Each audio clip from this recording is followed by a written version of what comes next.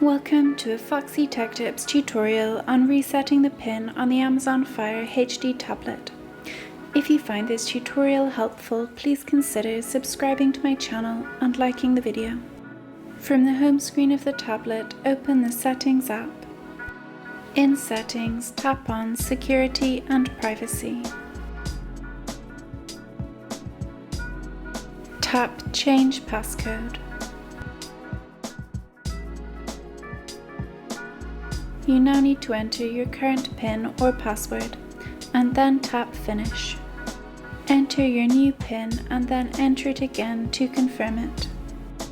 If you would like a password rather than a PIN, you can tap Password at the top here and fill in a password instead. Tap Finish and your new PIN or password will be set. And that draws an end to this tutorial. Please like the video if you found it helpful, and subscribe to Foxy Tech Tips for more Amazon Fire tips and tricks.